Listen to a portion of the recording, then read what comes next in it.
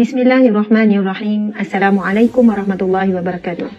Saya Ustazah Asma binti Harun ingin membuka peluang kepada muslimin muslimat yang mati Allah sekalian untuk sama-sama berinfak dan juga berwakaf bagi pembelian tanah yang berkeluasan 42 ekar yang berjumlah berharga 5.3 juta. Dan Alhamdulillah akhirnya Allah izinkan dalam tempoh 1 bulan. Sebenarnya tak sampai 1 bulan, pada 12 April 2021. Proses pembayaran deposit tanah sebanyak RM530,000 iaitu 10% daripada harga tanah, iaitu 5.3 juta telah pun pihak kami bayar, pihak kita tuan-puan sekalian, untuk mewujudkan satu perkampungan yang dinamakan Perkampungan Al-Hijrah.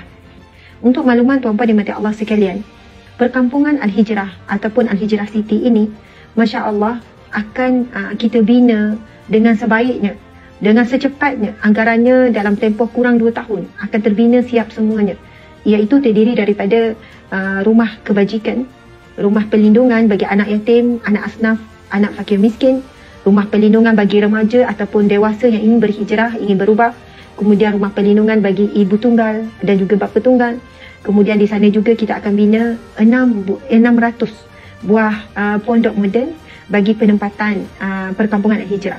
Kemudian kita akan bina pusat pengajian, hasratnya akan membina Islamic International School ataupun sebuah pusat pengajian daripada sekolah rendah, sekolah menengah, mungkin sehingga pengajian tinggi. Subhanallah, pusat hafazan Al-Quran. Di situ juga kita akan buat kawasan pertanian, kemudian kawasan peternakan, dan juga sedikitlah kita buat bagi menjana ekonomi Perkampungan Al-Hijrah ini, kita akan bina agrotourism. Tempat pelancongan agro yang mana dihidupkan suka-suka sunnah seperti memanah, berkuda, seperti berenang dan sebagainya. Penempatan ini mungkin akan menyediakan ruang pekerjaan hampir 1,000, dan mercu utama adalah surau yang kita akan bina mengikut kapasiti ataupun keluasan seperti masjid. Mudah-mudahan, insya-Allah, mudah-mudahan hujung Ramadan yang barakah ini ada pihak yang mungkin pihak korporat, pihak individu, mana-mana pihak yang ingin bersama mencari pahala ataupun saham di akhirat sana, marilah sama-sama berinfak dan juga berwakaf bagi pembelian tanah Perkampungan Al-Hijrah ini yang kami ada masa lebih kurang 3 bulan saja. Infak dan juga wakaf dari puan sekalian untuk menyelesaikan baki bayaran tanah ini lebih kurang dalam 8 juta yang perlu kami selesaikan dalam tempoh 3 bulan. Kami ambil amanah ini, tanggungjawab ini yang sangat berat dia. Bukan untuk suka-suka, bukan untuk gembira, bukan untuk impian. Impian yang paling utama adalah untuk kita membina istana di syurga, untuk kita semua bersatu di syurga. Berilah kepercayaan kepada kami, insya-Allah kami akan laksanakan dengan sebaiknya, dengan amanah, dengan menjaga ketelusan daripada agihan, ketelusan daripada memanfaatkan setiap sen yang tuan-puan berikan. Allah sekalian.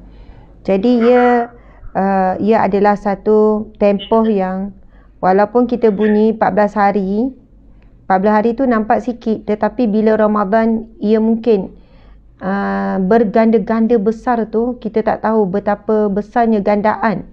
14 hari tu menyamai berapa tahun, menyamai berapa ratus tahun, menyamai mungkin 1000 tahun dari sudut gandaan pahala yang kita lakukan di bulan Ramadan. Jadi sehari yang berlalu bulan Ramadan itu bukan sedikit. Sehari yang berlalu setiap hari Ramadan ia merupakan mewakili tempoh waktu yang sangat banyak, sebab semuanya berganda. Masya Allah, Alhamdulillah, muslimin-muslimat dimati Allah sekalian. Jadi bila kita tengok tuan-puan ni angkatan tentera kan, sudah tentu kalian juga sangat terasa dengan apa yang berlaku berkenaan dengan angkatan tentera laut subhanallah, tentera laut Nanggala 402, subhanallah, Nanggala 402.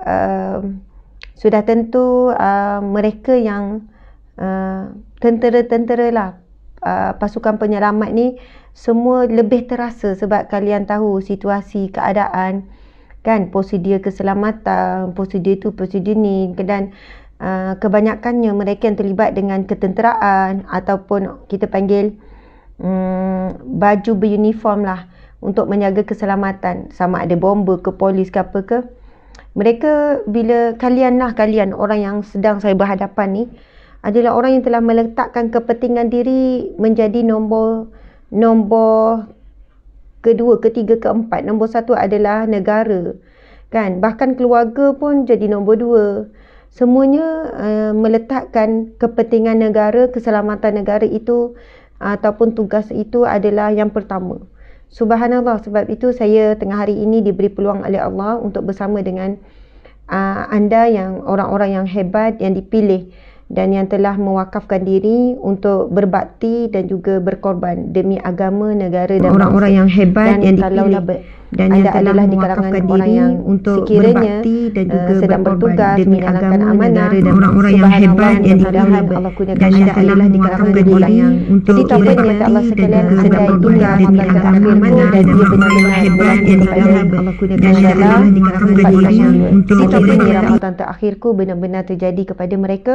Subhanallah, mereka bersahur di darat dan mereka mudah-mudahan berbuka di sisi Allah.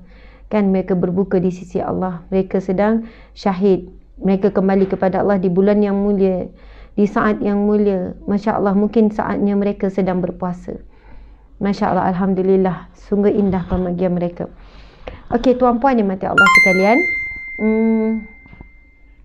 Alhamdulillah, Allahu Akbar. Jadi tajuk kuliah kita hari ini adalah anda ini Ramadan terakhirku. Tadi pengerusi majlis meminta ini kita sampai pukul 12.30 sampai 2 petang. Oh, sejam setengah ya. Okey, jadi tadi MC minta juga kita beri peluang untuk soal jawab. Saya dah mula sikit, nanti saya sebenarnya memang nak buka jugalah pada soal jawab, insya-Allah. Okey, tuan-puan dan mata Allah sekalian, jadi sekarang kita akan tengok sedikit nota yang disediakan bagi memudahkan sesi pengajian kita. Okey. Bismillah. Sebab rasa pening kepala sikit.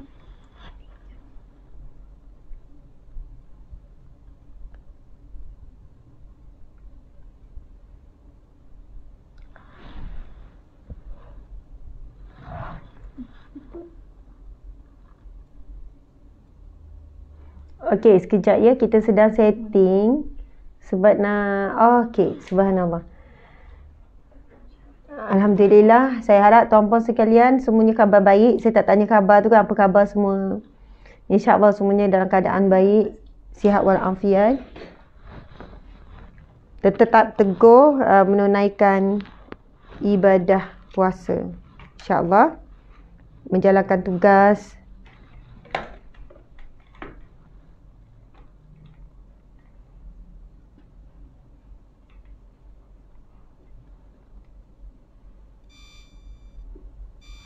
Okey.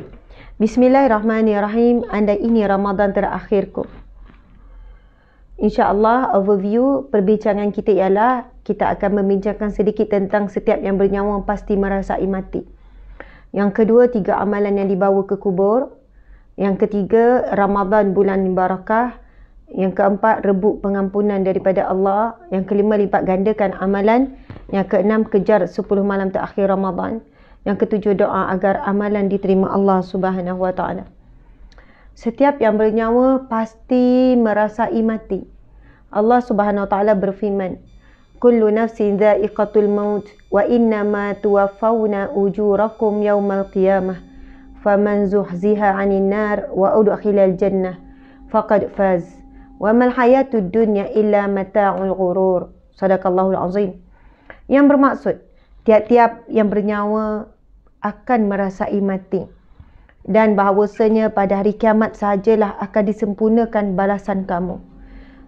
Hanya hari kiamat saja Allah akan menyempurnakan balasan, sama ada balasan baik ataupun balasan buruk. Tuan-puan yang mati Allah sekalian, Allah akan sempurnakan segalanya di hari kiamat. Sebab itu kita boleh lihat ramai manusia melakukan kejahatan tetapi hidup dia baik, hidup dia selesa, hidup dia nikmat, hidupnya bahagia. Okey, hidupnya bahagia, nikmat, selesa, kaya raya dan sebagainya. Kerana Allah hanya akan menyempurnakan segala balasan baik dan buruk di akhirat kelak. Begitu juga tuan-puan dan mati Allah sekalian, bagi orang yang melakukan kebaikan di dunia. manusia tidak akan mampu membalas kebaikan kita, tuan-puan sekalian. Tak akan mampu. Manusia tak akan mampu membalas kebaikan kita.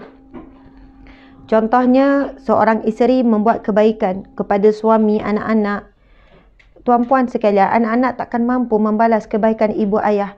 Walaupun ibu anak ini buat segala-galanya, jaga, tanggung dan sebagainya, selama-lamanya anak juga tidak akan mampu membalas kebaikan ibu ayah. Sama juga ibu ayah juga tidak mampu membalas kebaikan anak. Hanya Allah saja yang mampu menyempurnakan segala balasan. Balasan baik ataupun balasan buruk. Bila kita faham hakikat dan beriman dengan firman Allah ini, tuan-puan dan mati Allah sekalian, yang mana Allah berfirman, tiap-tiap yang bernyawa akan merasai mati, dan bahawasanya pada hari kiamat sajalah akan disempurnakan balasan kamu, kita tak akan mudah kecewa, tuan-puan sekalian. Kita tak mudah kecewa jika orang tak menghargai kita. Tak kecewa bila orang tak balas kebaikan kita, bahkan dibalas pula dengan keburukan. Sebab Allah dah janjikan bukan semua balasannya di dunia. Kan contohnya ada orang khianat kita, tapi kita tengok orang tu elok je hidup walaupun dia seorang yang khianat. Tetapi kita kena ingat, Allah Maha Adil, Allah akan memberikan sebaik-baik balasan. Ketika itu, siapa yang dijauhkan daripada neraka dan dimasukkan ke syurga, maka sesungguhnya ia telah berjaya. Dan ingatlah bahawa kehidupan di dunia ini meliputi segala kemewahannya, dan pangkat kesebesarannya tidak lain hanyalah kesenangan bagi orang-orang yang terpedaya. Subhanallah. Lepas tu Allah mengingatkan kita, ketika itu sesiapa yang dijauhkan dari neraka dan dimasukkan ke syurga, maka ia telah berjaya, beruntunglah. Dan ingatlah bahawa kehidupan di dunia ini meliputi segala kemewahan dan pangkat kebesarannya tidak lain hanyalah kesenangan. Illa mata'ul ghurur. Adalah kesenangan, adalah tipu daya, adalah permainan bagi orang-orang yang terpedaya. Subhanallah. Okey, 3 amalan yang akan dibawa ke kubur. Daripada Abu Hurairah radhiyallahu anhu bahawa Rasulullah sallallahu alaihi wasallam bersabda, "Idza mata al-insanu inqata'a anhu 'amaluhu illa min sadaqatin jariyah aw ilmin yuntafa'u bih aw waladin salih yad'u lah." Subhanallah, kita sebutkan tuan-puan dan mati Allah sekalian tentang kematian. Soalannya tajuk kita ni ada kaitan dengan kematian. Andai ini Ramadan yang terakhir, ataupun kalau kita nak lebih dekat, andai hari ini adalah hari yang terakhir, ataupun andai jam ini waktu yang terakhir. Sebab andai itu adalah perkara yang benar-benar boleh berlaku. Bukan kata kita rasa jauh lagi sebab sehat, masih jauh lagi mati sebab masih muda. Sebab kematian itu boleh datang pada bila-bila masa yang telah ditetapkan oleh Allah. Allah yang menetapkan. Walaupun kita tak ada sebab untuk mati saat ini. Kan? Tak ada sebab langsung. Sehat tubuh badan, 100% sehat. Baru je buat check up kesihatan. Kan? Semua full sehat. Dan kita pun duduk di tempat yang selamat. Bukan duduk tepi jalan, tengah drive. Boleh saja saat ini Allah mencabut nyawa kita. Sebab yang menetapkan waktunya adalah Allah Subhanahu Wa Taala. Allah memerintahkan para malaikat, antaranya malaikat maut kan, untuk melakukan tugas. Jadi bila kita fikir anda ini Ramadan yang terakhir, sebab belum tentu pun Ramadan ini kita mampu akan habis sampai hujung waktu, sampai habis Ramadan. Apatah lagi kita mengharapkan Ramadan yang akan setahun lagi. Jadi siapa yang benar-benar meyakini tentang kematian boleh berlaku anytime, bila-bila masa, tuan-puan di mata Allah sekalian, maka sudah tentu kita akan buat yang terbaik bagi Ramadan ini. Setiap hari, setiap waktu yang berlalu. Jika kita tidak mampu nak buat yang terbaik dari sudut ibadah, tolong buat yang terbaik dari sudut maksiat. Jangan buat maksiat, tinggalkan maksiat. Ada orang, "Ustazah, saya lemah lah bab ibadah ni. Tak tahulah Ramadan rasa sama, semayang sama. Bab baca Quran pun sama, bab zikir pun sama, semua macam tak ada beza." Saya kata kalaulah tak kuat untuk melipat gandakan ibadah, sekurang-kurangnya stop maksiat. Stop bercakap benda yang buruk, bercakap benda yang negatif. Stop mengeji, menghina, menulis perkara yang tak elok. Stop daripada kita ni mengumpat manusia lain, merendahkan dan sebagainya. Stop menyumpah serana, apa sajalah. Stop tengok benda-benda yang kotor, mendengar yang kotor. Subhanallah. Sekurang-kurangnya, sebab apa, di sana ada hadis Nabi SAW bersabda, bila masuk bulan Ramadan pada malam pertama, akan dibuka pintu syurga, akan ditutup pintu neraka. Kan ada suara yang menyeru, Wahai orang yang ingin melakukan kebaikan, maka bersegeralah. Wahai orang yang melakukan maksiat, berhentilah. Maksudnya penyeru tu cuma kita tak dengar je. Kalaulah kita boleh buat dua-dua, itu yang terbaik. Memperbanyakkan amal soleh. Kalau tak mampu buat dua-dua, sekurang-kurangnya kita berhentikan segala maksiat. Mudah-mudahan dengan kita berhenti maksiat di bulan Ramadan, akan terhentilah juga segala maksiat selepas bulan Ramadan. Masya Allah. Okey, kita tengok apabila Nabi menyebutkan tentang 3 perkara, dan ini adalah hadis sahih. 3 inilah yang paling utama tuan-puan sekalian. Ataupun yang paling sahih, yang paling kuat. Setelah kita mati, kita berada di alam barzakh, kita berada di dalam kubur, ini 3 amalan yang dijamin tidak akan putus. Tak akan putus selama-lamanya. Yang pertama, iaitu sedekah jariah. Ni, ya Allah. Minta maaf, saya sebenarnya sakit kepala. Sakit kepala, kurang sihat, kepala berdenyut-denyut. Okey. So, tu yang saya tengok sejam setengah tu agak mencabar. Saya cuba habiskan sejam setengah. Sebab bulan Ramadan ni biasa saya minta 1 jam saja. Sebab kadang 2 kali sehari. Sedekah jariah. Yang pertama adalah sedekah jariah. Iaitu sedekah yang pahalanya sentiasa mengalir. Bulan Ramadan adalah bulan yang mana Allah lipat gandakan. Siapa yang melakukan sedekah, dia umpama memberi sedekah wajib. Sedekah wajib apa? Zakat. Kalau siapa yang nak bayar zakat, bayarlah banyak-banyak bulan Ramadan. Sebab itu namanya sedekah juga. Ia merupakan sedekah wajib. Jadi kalau kita mampu bayar bulan ni zakat, bayarlah. Ia afdal. Siapa yang tak mampu, ambillah sedekah yang secara umum ni. Iaitu sedekah yang pahalanya mengalir, contohnya wakaf. Dan janganlah pula kita menolak untuk beri kepada orang fakir miskin apa yang perlu. Sebab kita kata kita nak banyakkan wakaf, sebab wakaf ni pahala yang mengalir. Tuan-puan di mata Allah sekalian, jika kita memberikan di bulan Ramadan ini sesuatu amal soleh, confirmkan balik ya. Sesuatu amal soleh, kita tahu ada satu hadis Nabi mengatakan setiap amalan sunat digandakan amalan fardu. Dan setiap amalan fardu pula digandakan 70 kali ganda. Dan ramai orang dia memberi perhatian lebih kepada amalan sunat. Tetapi tak beri perhatian kepada amalan fardu. Contoh solat fardu. Sedangkan solat fardu, amalan fardu digandakan sehingga 70 kali ganda. Itu riwayat dalam satu hadis Nabi SAW. Jadi tuan-puan di mata Allah sekalian, sekiranya, ni bukan saya nak suruh ambil mudah, tetapi jika kita di kalangan yang tak kuat mujahadah ataupun masa tak banyak. Ustazah, saya kerja, lain lagi kerja mungkin di Angkatan Tentera begini kan. Waktu tu sangat pack, kerja sangat banyak.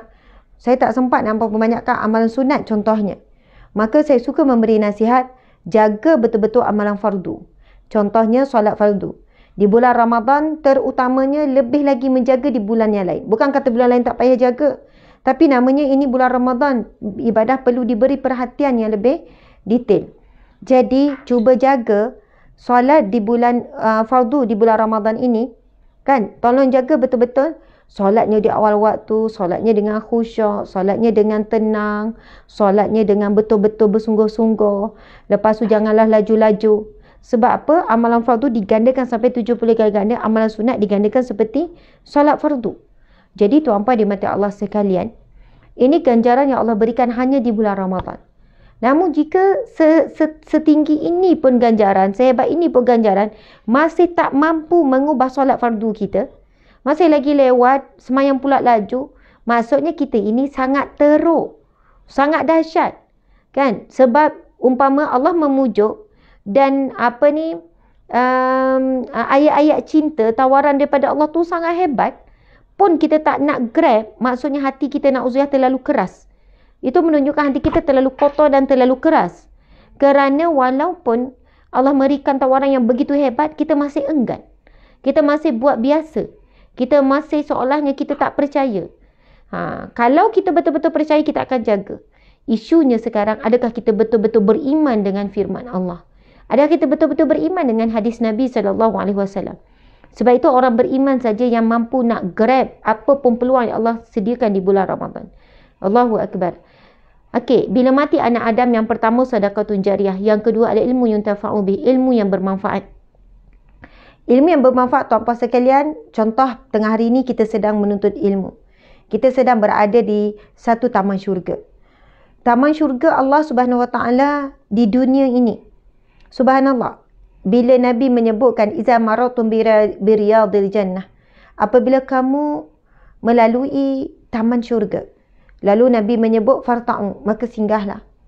Kemudian sahabat bertanya, fama riyadil jannah, di mana taman syurga ya Rasulullah? Rasulullah menjawab, hilakuz zikri, iaitu majlis ilmu, pertemuan, halaqah, kan, dikelilingi. Maksudnya ada majlis, kita duduk bersama.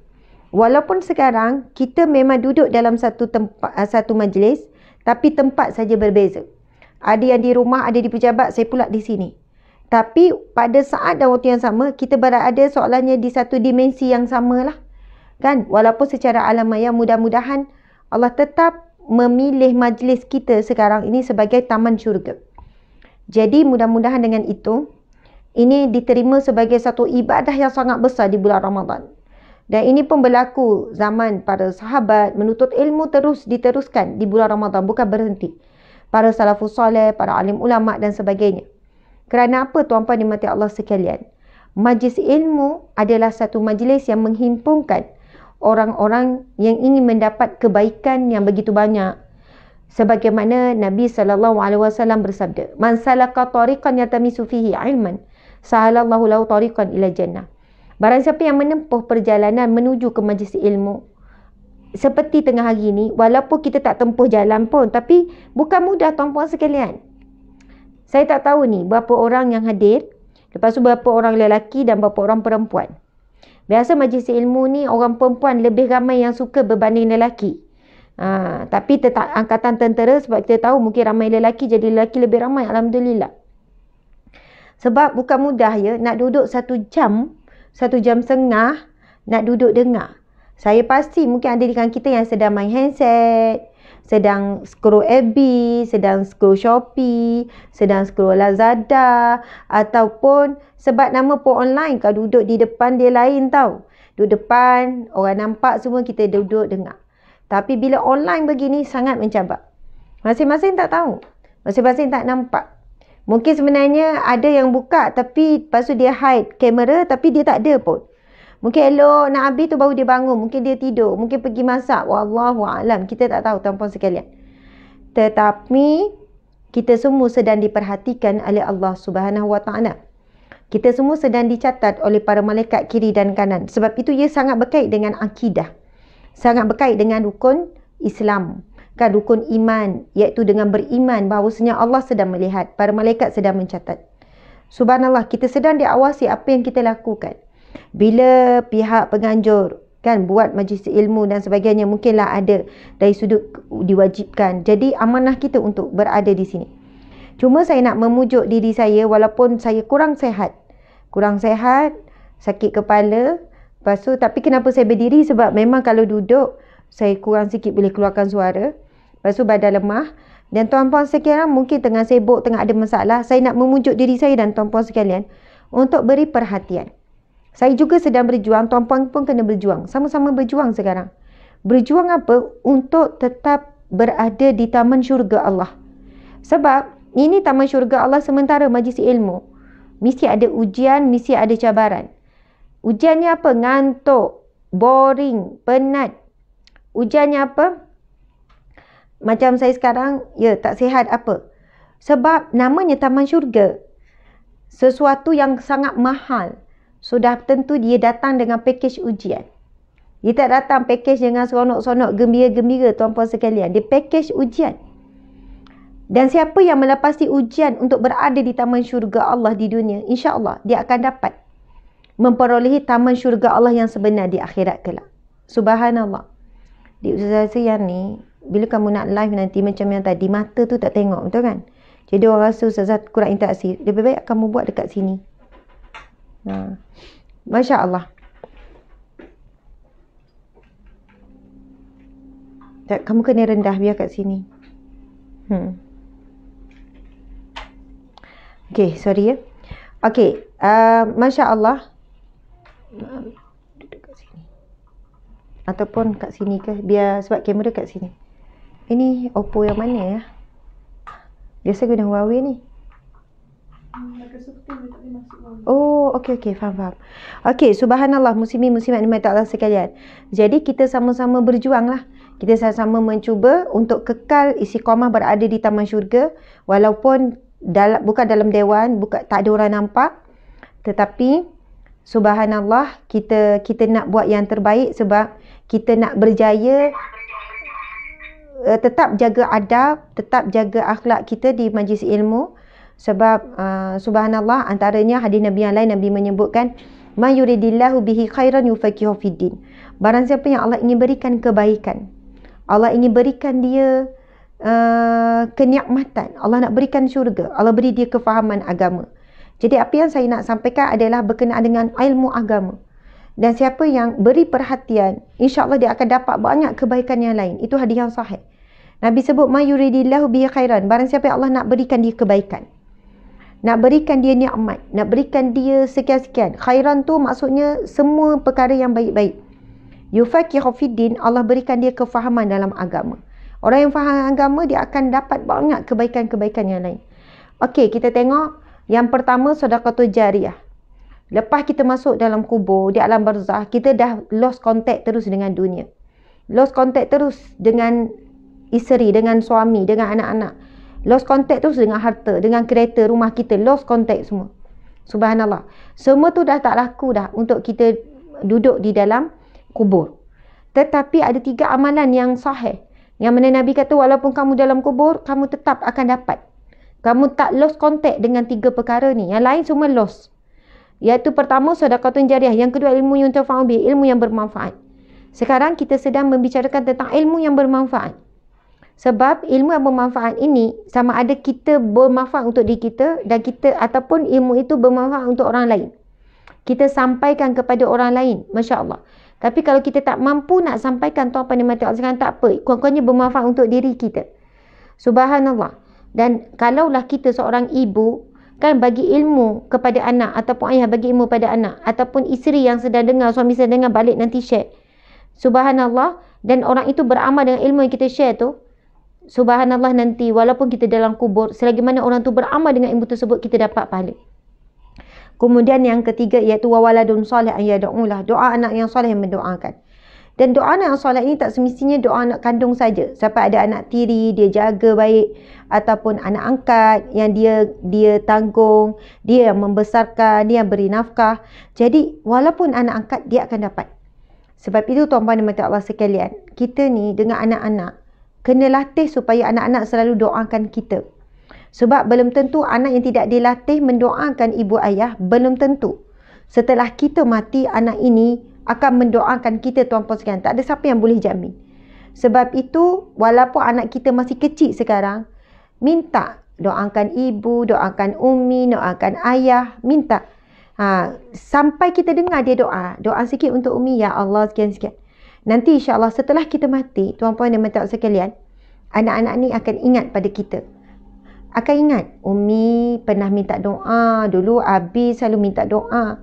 Sebab ramai anak, mungkin sebulan masih doa, setahun masih doa, lama-lama dah lupa, sibuk dan sebagainya. Tapi di sana ada anak-anak yang soleh, yang setelah ibu bapa mati, setiap waktu solat mesti doakan. Tuan-puan sekalian, ini sangat mahal. Yang dijamin doanya betul-betul sampai adalah doa anak-anak yang soleh. Sebab itu kena berjuang tuan-puan sekalian untuk jadikan anak-anak kita anak-anak yang soleh dan soleha. Subhanallah. Okey, seterusnya tuan-puan dan puan-puan Allah sekalian, kita tengok Rasulullah sallallahu alaihi wasallam mengkhabarkan dalam sebuah hadis, atakum ramadhanu syahru mubarakun faradallahu azza wa jalla alaikum siyamah. Tuftahu fihi abwabus sama' wa tughlaqu fihi abwabu jahannam abwabu jahim wa tughallu fihi maradatu syayatin lillahi fi lailatul khairu min alfi syahr. Man hurima khairaha faqad hurima. Sadaqallahul azim. Sadaqah Rasulullah sallallahu alaihi wasallam, yang bermaksud bulan Ramadan telah tiba menemui kalian. Kita sekarang dah jumpa Ramadan, bulan yang penuh barakah. Allah wajibkan kepada kalian berpuasa di dalam bulan tersebut. Pada bulan ini pintu-pintu langit dibuka. Maksudnya pintu langit dibuka untuk apa? Dimakbulkan doa. Pintu langit terbuka luas untuk mengangkat doa-doa kita. Pintu-pintu neraka ditutup. Dan ini juga mewakili pintu-pintu syurga, tuan-puan sekalian. Sedang dibuka. Allah sedang memilih seramai mungkin untuk masuk syurga. Syaitan-syaitan derhaka dibelenggu. Di bulan ini Allah memiliki malam yang lebih baik dari 1000 bulan. Siapa yang terhalang mendapatkan kebaikan malam itu, sungguh dia terhalang dari kebaikan yang banyak. Subhanallah. Ini berkenaan dengan malam yang dinamakan Lailatul Qadar, yang mempunyai kebaikan yang banyak. Siapa yang tak dapat malam tersebut, maka dia terhalang daripada mendapat kebaikan yang banyak. Allahu Akbar. Okey, seterusnya. Nabi SAW bersabda, Anna Nabiya SAW sa'idal mimbar faqala amin amin amin qila. Ya Rasulullah, innaka sa'idal mimbar faqulta amin amin amin faqala inna Jibril alaihi salam atani faqala man adraka syahra Ramadan falam yaghfar falam yughfar lahu fadakhala an-nar fa'abadahu Allah qul amin faqultu amin. Subhanallah. Macam Ustazah nak 10 amalan tu yang bulan Ramadan tu.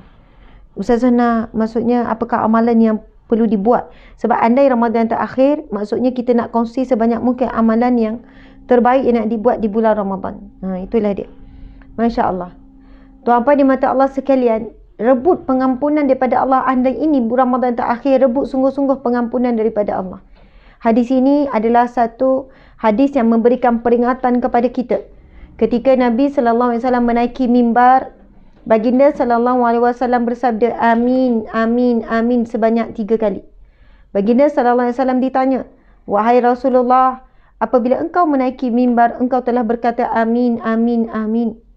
Maka Rasulullah SAW bersabda, maksudnya Rasulullah naik mimbar, Rasulullah sebut amin, amin, amin. Sahabat-sahabat ni nampak, kenapa Nabi ni sebut amin, amin, amin ni, kan?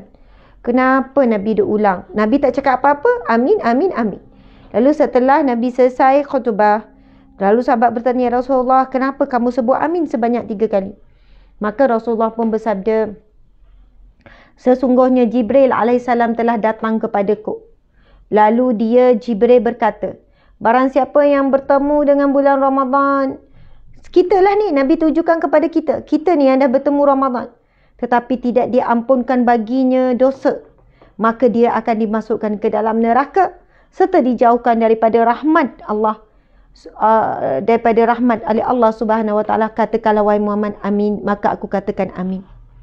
Tuan-puan di mata Allah sekalian, bayangkan malaikat Jibril meminta dan menyuruh Nabi SAW menyebutkan perkataan amin.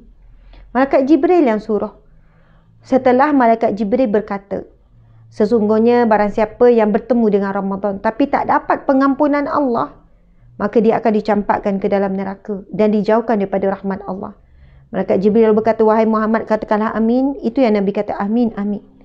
Bukanlah Nabi ini mendoakan keburukan bagi kita, cuma Nabi nak bagi kita faham, jika datang bulan Ramadan yang mana itu bulan pengampunan Allah, itu bulan Allah nak bagi syurga, itu bulan Allah nak haramkan neraka, itu bulan yang mana Allah nak berikan segala kebaikan dan rahmat, Allah lipat gandakan pahala, tapi kamu tetap tak dapat pengampunan Allah, soalnya teruk sangat, teruk benar, sangat-sangat dahsyat, kan? Ini bulan yang Allah memang siapa mohon ampun pun, dosa besar mana pun Allah akan ampunkan. Hebat macam mana pun kejahatan yang pernah dilakukan, Allah akan ampunkan dengan syarat kamu meminta. Ini bulannya tu apa saya. Tapi kalau masih tak dapat, ciri-ciri orang yang belum dapat pengampunan Allah, iaitu masih lagi dibelenggu maksiat. Masih lagi buat maksiat, masih dedah aurat, masih pakai baju ketat, masih lagi tunjuk sana sini, masih lagi melakukan percakapan yang keji. Itu di antara tanda-tanda orang yang belum dapat pengampunan Allah. Sebab mustahil orang yang diampunkan Allah masih lakukan maksiat. Apakah maksud orang yang meminta ampun dengan Allah? Orang yang bertaubat, orang yang berubah, orang yang kembali kepada Allah. Takkanlah orang yang dalam keadaan pakai seksi minta, ya Allah ampun dosaku, ampun dosaku. Dia sedang fasik, dia sedang melakukan dosa. Dia masih melakukan dosa, dia masih fasik. Kalau betul dia mohon ampun dengan Allah, mesti dia dah tinggalkan perbuatan haram yang Allah haramkan. Tapi bagaimana seseorang yang minta ampun dengan Allah, di waktu yang sama dia masih melakukan maksiat secara terangan, nak diampunkan Allah? Sedangkan dia minta dalam keadaan dia masih berbangga dengan dosa. Masih buat dosa. Tu apa di mata Allah sekalian. Sebab itu perhatikan diri kita. Mohon ampun bukan hanya pada lidah. Permohonan ampun perlu dibuktikan dengan perbuatan. Subhanallah, di hadapan saya mungkin ramai lelaki, suami. Cuba perhatikan aurat isteri anda. Adakah isteri anda, anak perempuan anda terutamanya, anak lelaki, ada dan masih memakai pakaian yang ketat, memakai tudung yang singkat, masih lagi menampakkan susuk tubuh, dada dan sebagainya, bentuk pinggul dan sebagainya. Sebab belum tentu jika Tuhan jaga aurat, Tuhan jaga solat, Tuhan jaga ibadah, Tuhan jaga semua tu, belum tentu Tuhan akan selamat daripada api neraka Allah. Kerana ramai mana lelaki yang baik tetapi dayus. Baik, dia baik. Subhanallah, suami baik, rajin, suka tolong isteri, caring, semua penyayang. Tetapi dia membiarkan ahli keluarganya melakukan maksiat. Ahli keluarganya tak solat dan sebagainya. Allahu Akbar. Ini berat tuan-tuan dan puan Allah sekalian. Okey, kita tengok lagi. Melipat gandakan amalan. Tingkatkan amalan kita seperti mana Rasulullah SAW menjadi Ramadan terakhirnya. Ibnu Abbas berkata, Kana Rasulullah SAW ya'ridul kitab ala Jibril alaihi salam fi kulli Ramadan. فإذا أصبح رسول الله صلى الله عليه وسلم من الليلة التي يعرض فيها ما يعرض أصبح وهو أجود من الريح المرسلة لا يسأل عن شيء إلا أعطاه فلما كان في الشهر الذي هلك بعده عرض عليه عرضتين. Subhanallah. Ini adalah hadis sahih riwayat Ahmad. Nabi SAW, maksud daripada hadis tadi, Rasulullah SAW membacakan, menyemak hafalan Al-Qurannya kepada Jibril setiap bulan Ramadan. Maka saat pagi harinya setelah Rasulullah menyemak hafalannya, baginda menjadi orang yang lebih lembut dari angin yang bertiup. Tidaklah baginda diminta sesuatu kecuali baginda akan memberikan. Menjadi lebih lembut ataupun lebih pemurah ni, Ustazah Akilah. Sebenarnya lebih pemurah. Baginda menjadi orang yang lebih pemurah dari angin yang bertiup. Tidaklah baginda SAW diminta sesuatu kecuali baginda akan beri. Pada tahun kewafatan baginda SAW, baginda membacakan Al-Quran kepada Jibril sebanyak 2 kali. Ataupun lembut dalam kurungan pemurah, macam itulah. Maksudnya siapa yang minta dengan suara Rasul pasti beri. Lembut sangat hatinya. Subhanallah. Dan hadis ini menceritakan pada tahun kewafatan baginda, baginda membacakan Al-Quran kepada Jibril sebanyak 2 kali. Maksudnya khatam sebanyak 2 kali. Masya Allah. Seterusnya, melipat gandakan amalan. Dalam hadis yang lain, Abu Hurairah radhiyallahu anhu meriwayatkan bahawa Kana Nabi sallallahu alaihi wasallam ya'takifu fi kulli ramadhani 10 ayamin falamma kana al-'am alladhi qubida fihi i'tikaf 20 yawman. Nabi sallallahu alaihi wasallam selalu beriktikaf pada bulan Ramadan selama 10 hari. Ustazah nak yang semalam tu je. Yang 10 checklist tu. Yang tu. Semalam dah ada kan 10 checklist tu. Okey, Nabi SAW selalu beriktikaf pada bulan Ramadan selama 10 hari. Namun pada tahun wafatnya baginda beriktikaf selama 20 hari. Masya Allah. Maksudnya Nabi melipat gandakan lagi iktikaf, memperbanyakkan iktikaf. Nabi tak buat setiap malam sebelum tu. Nabi takut iktikaf jadi wajib. Okey, kejar 10 malam terakhir Ramadan. Ada nota semalam. Rebut pahala 10 malam terakhir yang padanya ada Lailatul Qadar yang lebih baik daripada 1000 bulan. Allahu Akbar. Tuan-tuan dan puan-puan sekalian, cuba kita perhatikan.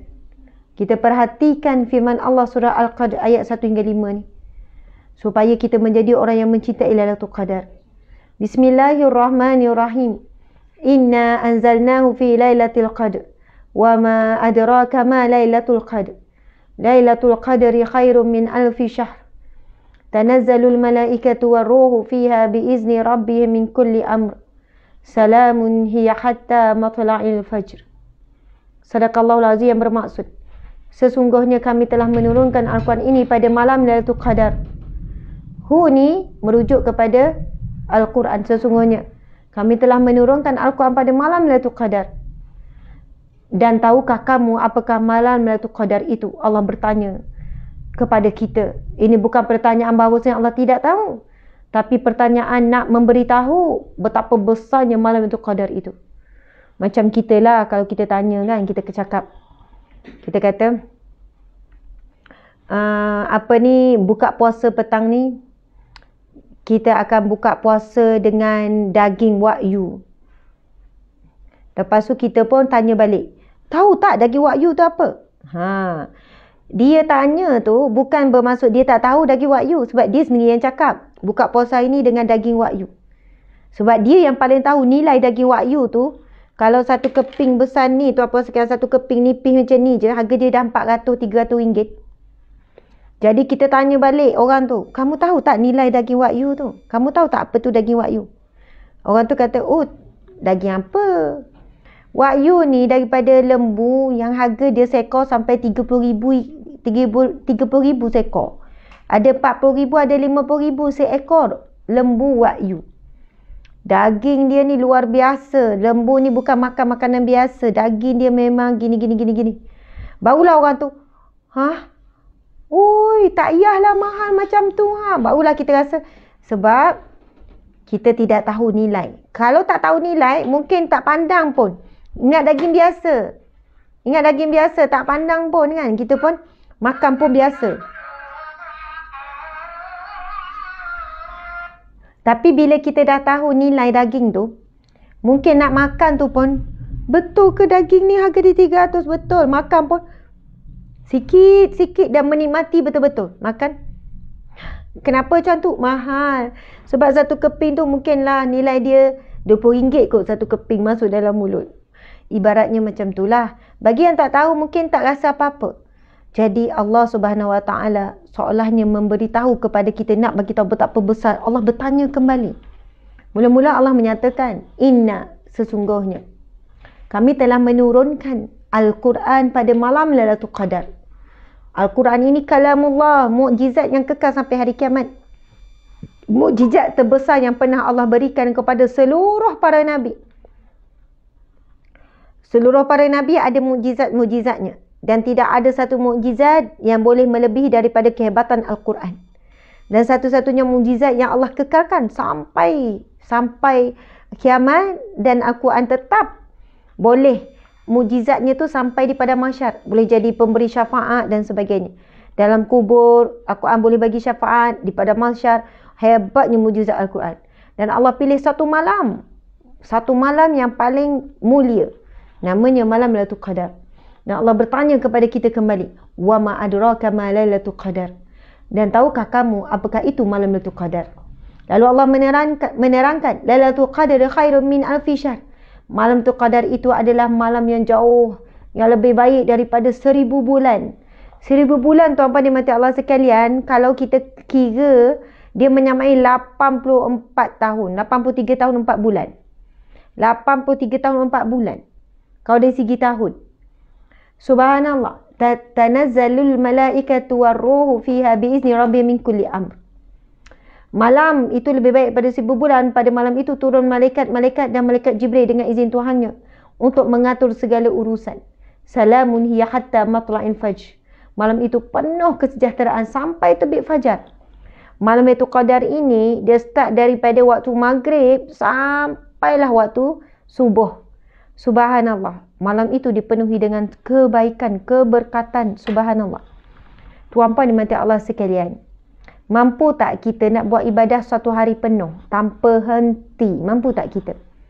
Bangun pagi, solat tahajud, lepas tu solat taubat, lepas tu solat hajat, lepas tu solat witir, lepas tu sahur, lepas tu solat sunat subuh, kemudian solat subuh, lepas tu baca Quran tak berhenti-henti sampailah waktu syuruk masuk, solat sunat syuruk, lepas isyraq, lepas tu solat sunat duha pula, buat pula solat duha sampai 12 rakaat. Lepas tu buat pula solat sunat mutlak, lepas tu baca Quran, solat sunat qabliyah, lepas tu ni. Saya nak tanya, mampu tak kita nak buat solat ataupun nak buat ibadah tanpa henti sampailah tidur? Bangun tidur sampai tidur, mampu tak? Ini waktu kita buat ni waktu cuti lah, tak kerja. Lepas tu kita dah standby semua dah. Sehari sebelum dah standby dah. Basuh kain, bak kemar rumah semua dah standby. Kita kata nak buat satu hari penuh, full.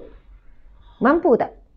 Kalau saya sendiri jawab jujur tak mampu lah. Mungkin tidur, penat. Oi, datang rasa jemu tuan-puan sekalian, baca Quran 3 jam mampu tak? Rasa ngantuk, setengah jam pun dah ngantuk. 10 minit tak setengah jam, 10 minit pun dah ngantuk. Sebab itu bila subhanallah Allah menyebutkan malam, siapa yang malam qadar itu lebih baik dari 1000 bulan. Bayangkan kalau kita dapat malam tu qadar walaupun sekali, ibarat kita buat ibadah 83 tahun, 83 tahun 4 bulan, tak berhenti. Subhanallah. Kalaulah kita mampu, kita betul-betul buat ibadah pada malam tu qadar, dan Allah menyebutkan malam tu qadar itu lebih baik daripada 1000 bulan. 1000 bulan lebih kurang dalam 83 tahun 4 bulan. Kita nak buat satu hari ibadah tak berhenti pun payah. Tapi kalau kita dapat malam tu qadar, ibarat kita buat ibadah sepanjang 83 tahun 4 bulan. Hidup pun belum tentu dapat umur 80 tahun. Dan 80 tahun pun tuan-puan yang dimati Allah sekalian. Kalau kita hidup sampai 1 tahun pun agak-agak dikompreskan waktu kita buat ibadah. Mungkin betul-betul buat ibadah setahun. Lagi 79 tahun tu, makan, minum, happy, tengok TV. Itu pun belum tentu ibadah kita diterima. Nak sebutnya, kita ni ibadah sangat sikit. Sebab itu kita kena kejar malam Lailatul Qadar ni. Sebab ibadah pada malam tersebut, sedekah pada malam tersebut, kan, apa kebaikan yang kita buat malam tersebut digandakan sampai 1000 bulan. Masya Allah. Dan Ustazah, adakah kena tahajud? Kan, adakah sekian-sekian? Sebenarnya start pada maghrib sampai subuh, semua itu adalah waktu malam. Masuk je malam, janganlah habiskan masa tengok drama, tengok TV, tengok movie. Subhanallah. Bila Lailatul Qadar? Bukan sebenarnya 10 malam terakhir. Bahkan ahli ulama kata Lailatul Qadar boleh berlaku di mana-mana malam Ramadan. 1 Ramadan ke, 2 Ramadan ke, 3 Ramadan ke, boleh berlaku. Jadi orang yang tak terlepas Lailatul Qadar adalah orang yang dia jaga betul ibadah pada waktu malam. Start maghrib tu dah ibadah, solat sunatnya, baca Qurannya, zikirnya, lepas tu tarawih pula dia jaga. Subhanallah, itu semua termasuk dalam qiyamul lail. Cuma tahajud je syarat tidur. Ibadah lain tak syarat tidur. Dan Ustazah, baca Quran pukul 10 tu qiyamul lail. Qiyamul lail. Solat maghrib tu qiyamul lail. Qiyamul lail. Solat sunat lepas maghrib, qiyamul lail. Qiyamul lail maksudnya menghidupkan malam. Menghidupkan malam dengan apa? Dengan ibadah. Sedekah. Saya sedekah bukan waktu ni Ustazah, pukul 7 lepas sahur, lepas buka puasa. Itu kira kalau jatuh pada Lailatul Qadar, kira sedekah tu, insya-Allah. Allahu akbar. Okay, kita tengok seterusnya tuan-puan dan puan-puan. Ummu Mukminin Aisyah meriwayatkan perlakuan Nabi SAW ketika tiba bulan 10 malam terakhir bila berkata, Kana Nabi sallallahu alaihi wasallam iza dakhala al-ashru shadda mizarahu wa ahya lailatu wa ayqaza ahlahu. Nabi sallallahu alaihi wasallam apabila masuknya hari 10 terakhir Ramadan, baginda akan mengetatkan kain. Maksudnya Nabi tidak ada mengadakan hubungan suami isteri, menghidupkan malam tersebut dan mengejutkan ahli keluarga untuk menghidupkan malam. Subhanallah, Allahu akbar. Doa agar amalan diterima. Ini doa surah Al-Baqarah ayat 127. Kita kena minta dengan Allah supaya segala amalan kita diterima Allah. Rabbana taqabbal minna innaka antas samiul alim. Wahai Tuhan kami, terimalah daripada kami amal kami, sungguh Engkau lah yang Maha mendengar lagi Maha mengetahui. Dah habis dah. Ini kan kamu cuba buka dalam bentuk Woi, Allahu akbar. Subhanallah. Okey, tuan-puan dimati Allah sekalian, saya sebenarnya nak sebutkan dalam tak apalah ni. 10 checklist. Maknanya Ustazah nak suruh tunjuk kat sini. 10 checklist yang kita kena buat, kena jaga. 10 perkara untuk dapat Ramadan yang terbaik. Masya-Allah. Tuan-puan dimati Allah sekalian, sekarang saya buka peluang untuk kita bersoal jawab. Mungkin ada soalan jawapan, kita bolehlah ya. Masya-Allah.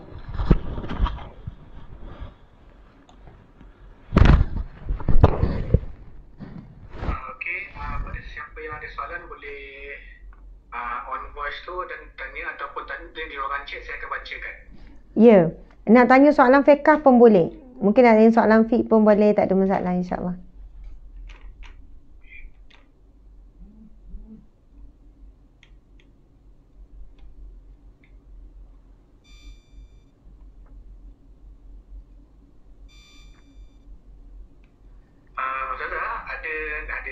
Ada seorang bertanya, dia kata apakah amalan-amalan ataupun ada yang ayat tertentu yang boleh buat kita istiqomah untuk untuk beramal.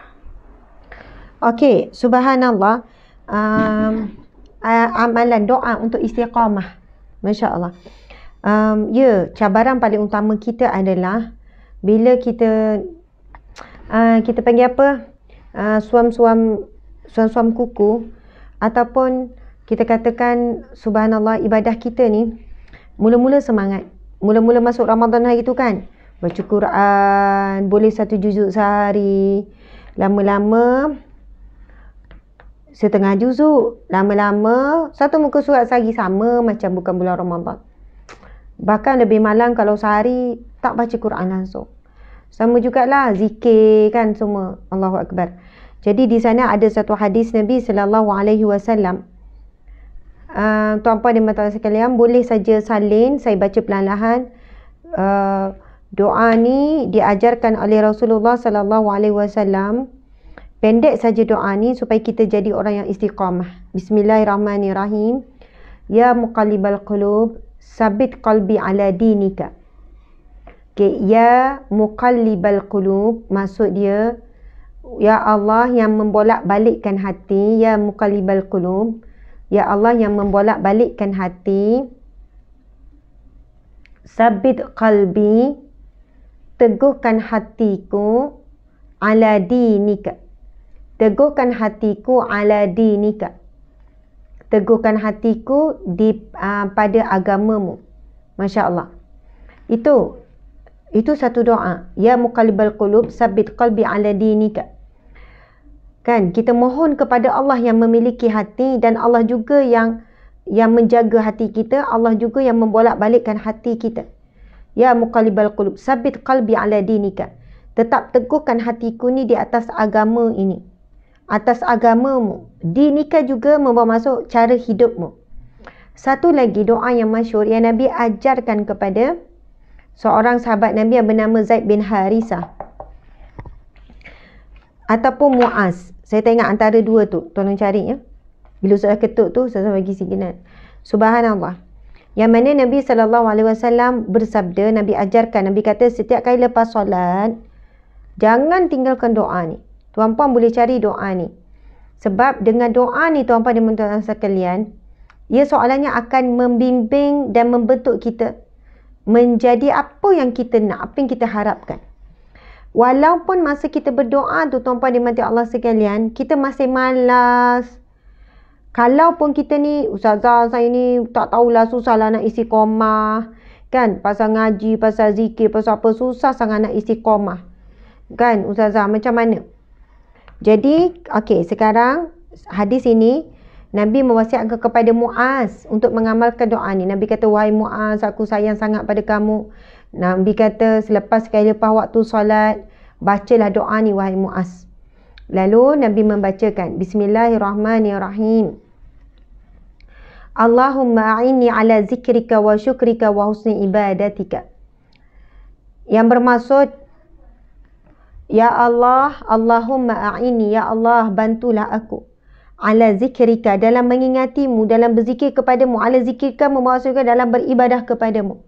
Allahumma a'inni ala zikrika wa syukrika, dalam bersyukur kepadamu, dalam berterima kasih kepadamu. Wa syukrika wa husni ibadatika, dan ya Allah, bantulah aku, bantulah kami.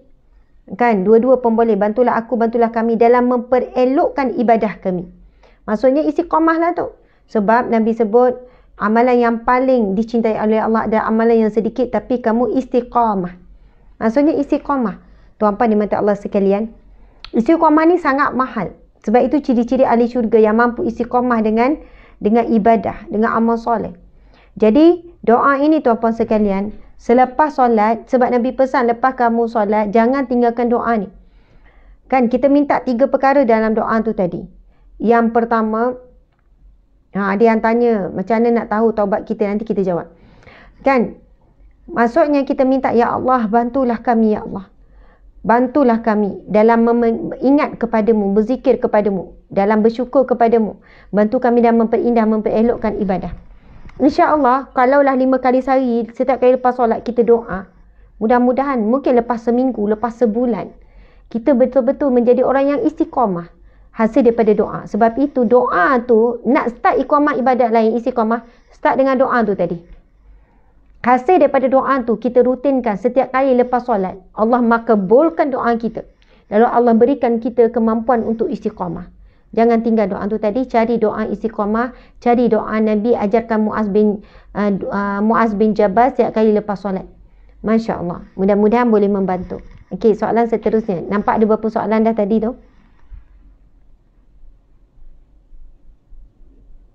Daripada Puan Rajana, bagaimana cara seorang anak yang ingin menggantikan puasa ibu yang uzur tidak dapat melaksanakan puasa kerana ibu tersebut sudah meninggal?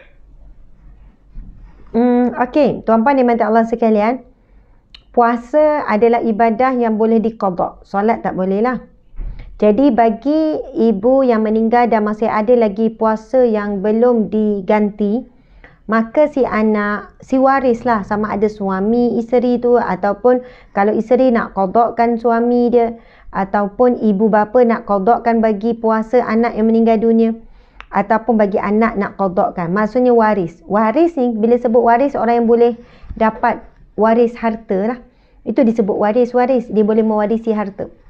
Jadi, yang afdal, yang terbaik adalah dengan qada.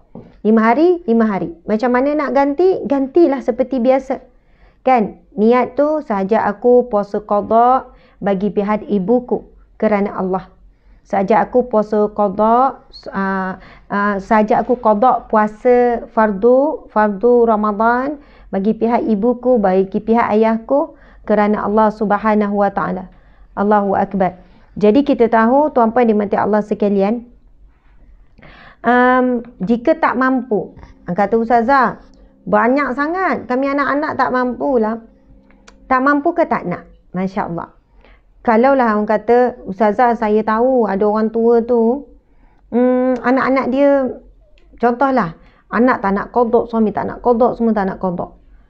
Jadi boleh tak ganti dengan fidyah? Masya Allah. Sebenarnya hutang puasa tu kena qada ahli keluarga. Tapi kalau tak ada orang yang nak, tak ada siapa yang nak, lepas tu semua ni, maka bayarlah fidyah. Mudah-mudahan Allah tetap terima. Tapi kalau ikutkan kena qada, tuan-puan dimati Allah sekalian, bagi-bagilah. Kalau ada 5 orang anak, ambil lah sehari seorang. Kan? Boleh bagi-bagi, bukan orang yang sama. Boleh bagi 5 hari seorang, 2 hari seorang. Lepas tu bukanlah kena qada setiap hari sampai habis. Kan? Nak sebulan sekali ke, seminggu sekali ambil Isnin Khamis ke, boleh. Itulah yang terbaik. Tapi kalau tak ada juga anak-anak ni memang tak nak lah, anak-anak semua tak bertanggungjawab, maka tuan-puan dimati Allah sekalian, bayarlah fidyah. Bagi setiap hari ibu bapa tu, gantikan kepada puasa. Mudah-mudahan Allah terima. Masya Allah. Okey, ada soalan lagi?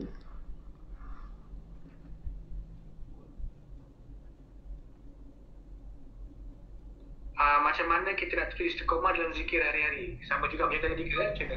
Ya, jawapannya sama. Okey. Soalan seterusnya, okey. bila kita didekati oleh budak minta derma dan setelah kita berinteraksi dengan mereka, kita berhati mereka menipu, kita tetap bagi derma tersebut dengan harapan dapat barakah Ramadan. Tapi bila balik ke rumah, nanti hati berbalik dengan derma yang kita sedekahkan tadi. Macam mana nak pastikan hati kekal ikhlas dengan kita tahu duit itu bukan diletakkan dengan dekat orang yang betul? Okey, tuan-puan dimati Allah sekalian, Allahu Akbar. Saya pun biasa bila cakap memang tipulah jelas. Contoh kata budak ni kata saya wakil anak yatim. Lepas tu kita kata mai sini bagi nombor nak hubungi. Lepas tu tak nak bagi nombor. Lepas tu ada juga yang dia kata daripada sekolah tahfiz. Lepas tu saya kata nak dengar baca ayat kursi. Ayat kursi pun tak hafal. Nak dengar baca surah pendek je pun tak boleh nak baca. Bahkan tak boleh nak baca Quran pun. Macam mana kamu tahfiz? Jadi akhirnya dia ngaku dia tipu dan sebagainya. Macam ni tuan-puan dimati Allah sekalian. Sedekah ni satu je. Kalau kita ikhlas sekian, itu bergantung pada diri kita ikhlas. Cuma tuan-puan dimati Allah sekalian, bila kita tahu dia betul-betul menipu, kita dah sahkan. Kita kata, dek, akak ni kalau akak bagi, kan kamu tipu pula, menggalakkan lagi kamu menipu. Dan akak tak tahu kamu beli apa. Sebenarnya kamu ambil ni sebab perlu ataupun kamu beli apa. Ataupun ada pihak-pihak yang lain. Masya Allah. Jadi kita mungkin boleh gantikan dengan makanan. Tapi kalau situasi tak ada makanan, macam mana kan? Kita berilah jumlah yang rendah. Kita berilah satu jumlah dan masa sama kita nasihat. Dik, jangan buat macam ni lagi.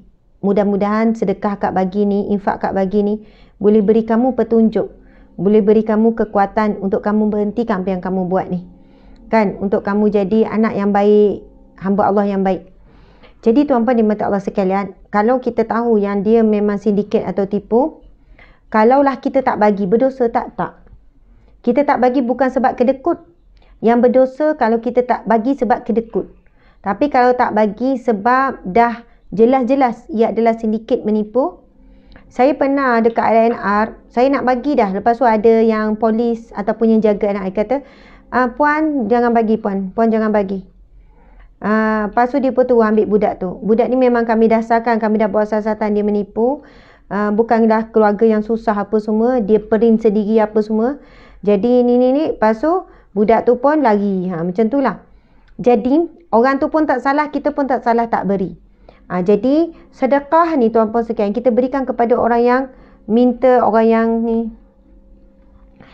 Okey, yang ni memang tahu kisah ni, yang beri kepada pencuri. Tapi kisah ni dia tak tahu.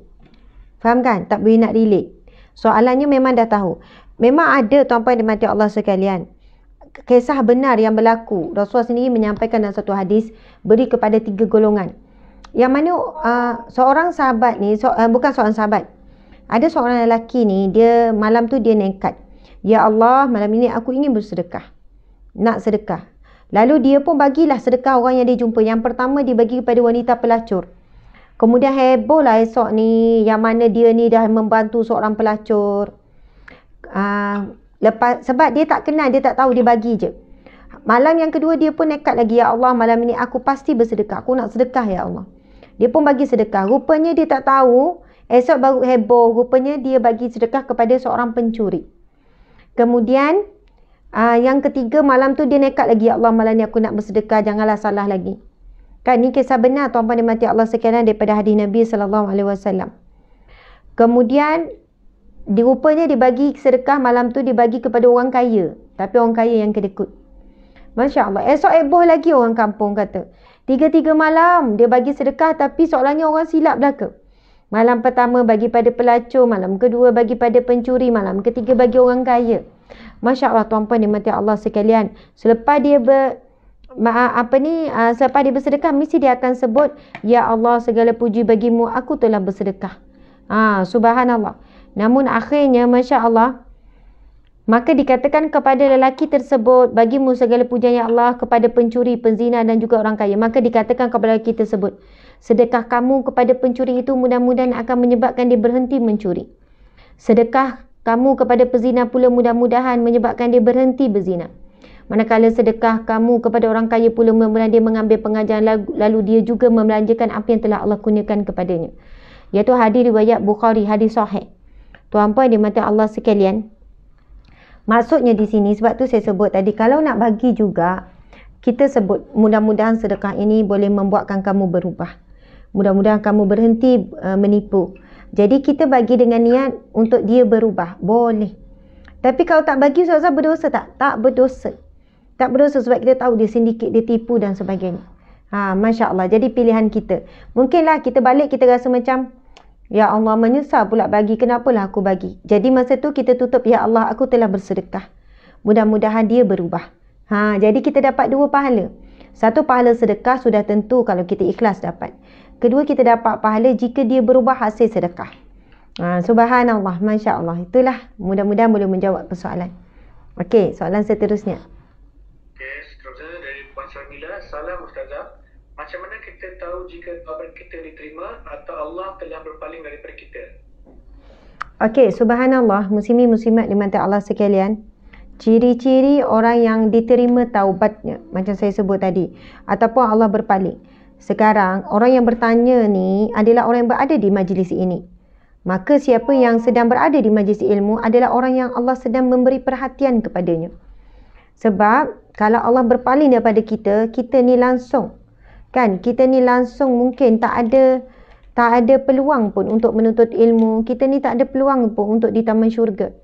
Tuan-puan dimati Allah sekalian, selagi mana kita masih diuji oleh Allah, itu di antara tanda-tanda Allah masih memanggil kita untuk kembali kepadanya. Allah masih lagi nak menjentik hati kita, Masya Allah. Jadi di antara tanda-tanda bahawasanya taubat kita ni diterima oleh Allah Subhanahu Wa Taala. Okey, sekurang-kurangnya ada 6 tanda.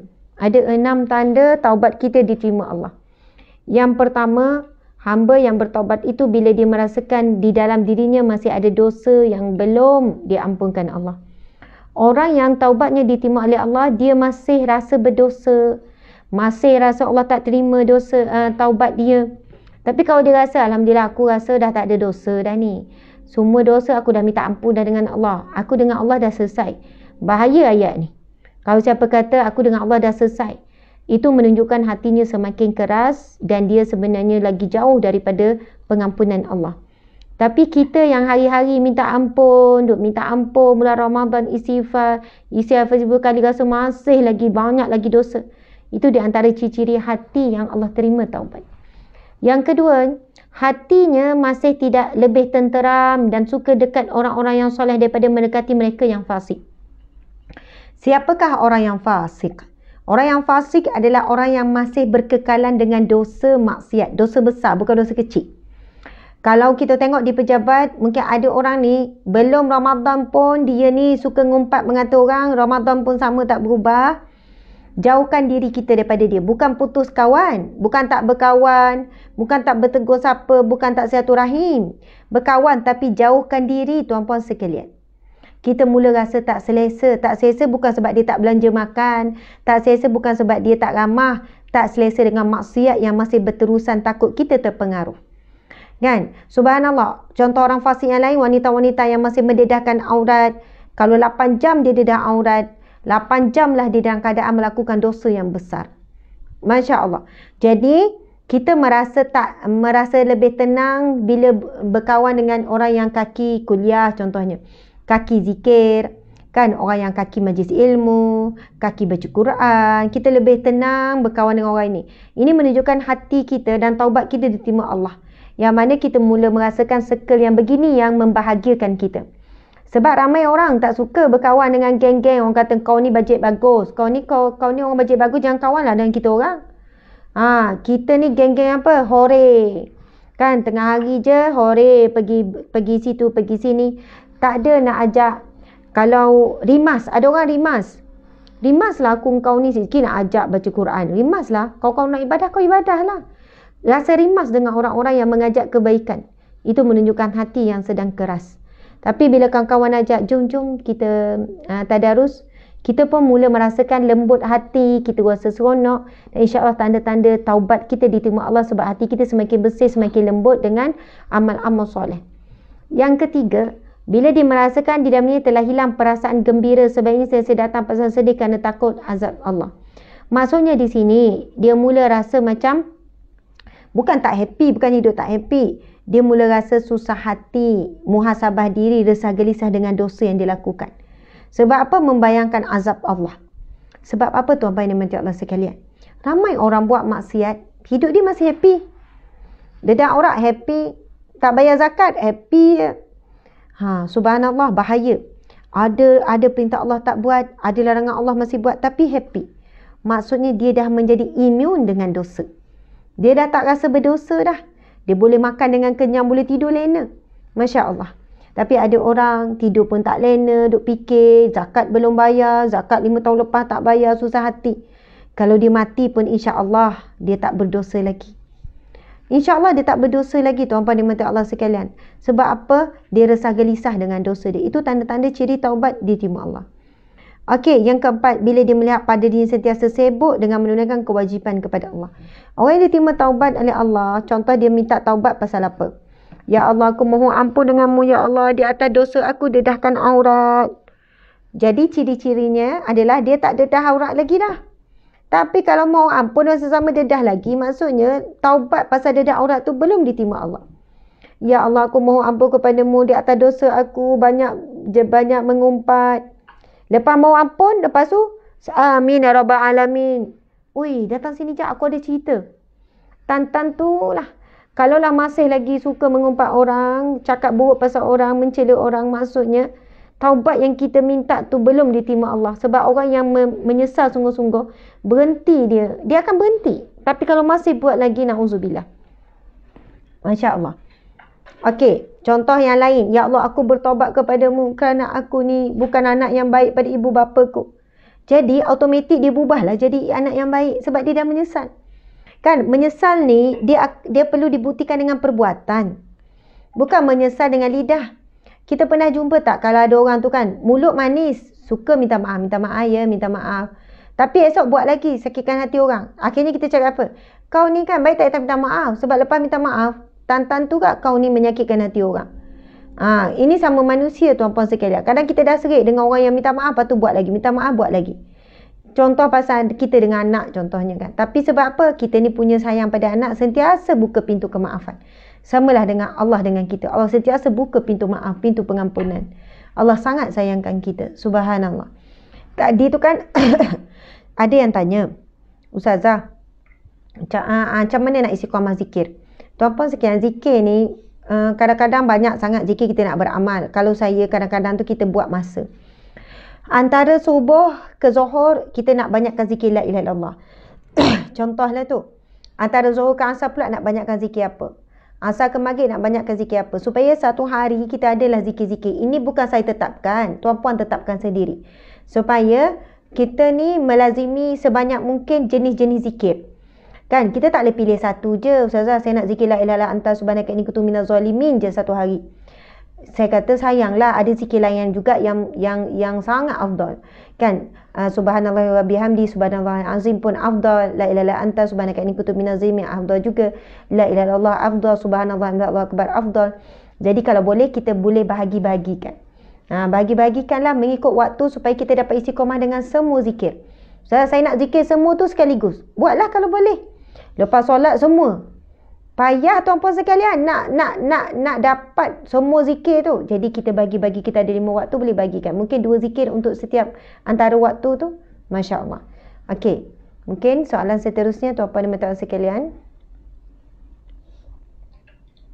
Okey, sekejap. Seterusnya daripada Puan Syahrizu.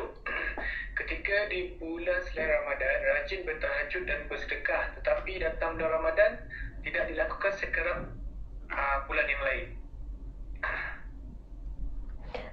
Kenapa kan? Okey, soalan yang sangat baik. Kenapa kita boleh jadi macam tu? Kita boleh jadi macam orang kata terbaliklah pula kan. Bulan lain kita okey, tiba-tiba bulan Ramadan kita begini, Masya Allah. Itulah ujian dan cabarannya. Walaupun bulan Ramadan, tuan-puan dan puan Allah sekalian, syaitan tak ada, tapi nafsu yang semakin membesar di bulan Ramadan. Nafsu apa? Nak membeli belah. Nafsu bazar Ramadan. Nafsu. Satu lagi nafsu ni bulan Ramadan jadi besar apa? Dia rasa macam bulan ni kan pahala dilipat gandakan. Buat sikit pun dapat banyak. Jadi dia pun buat sikit-sikit je sebab rasa dapat banyak.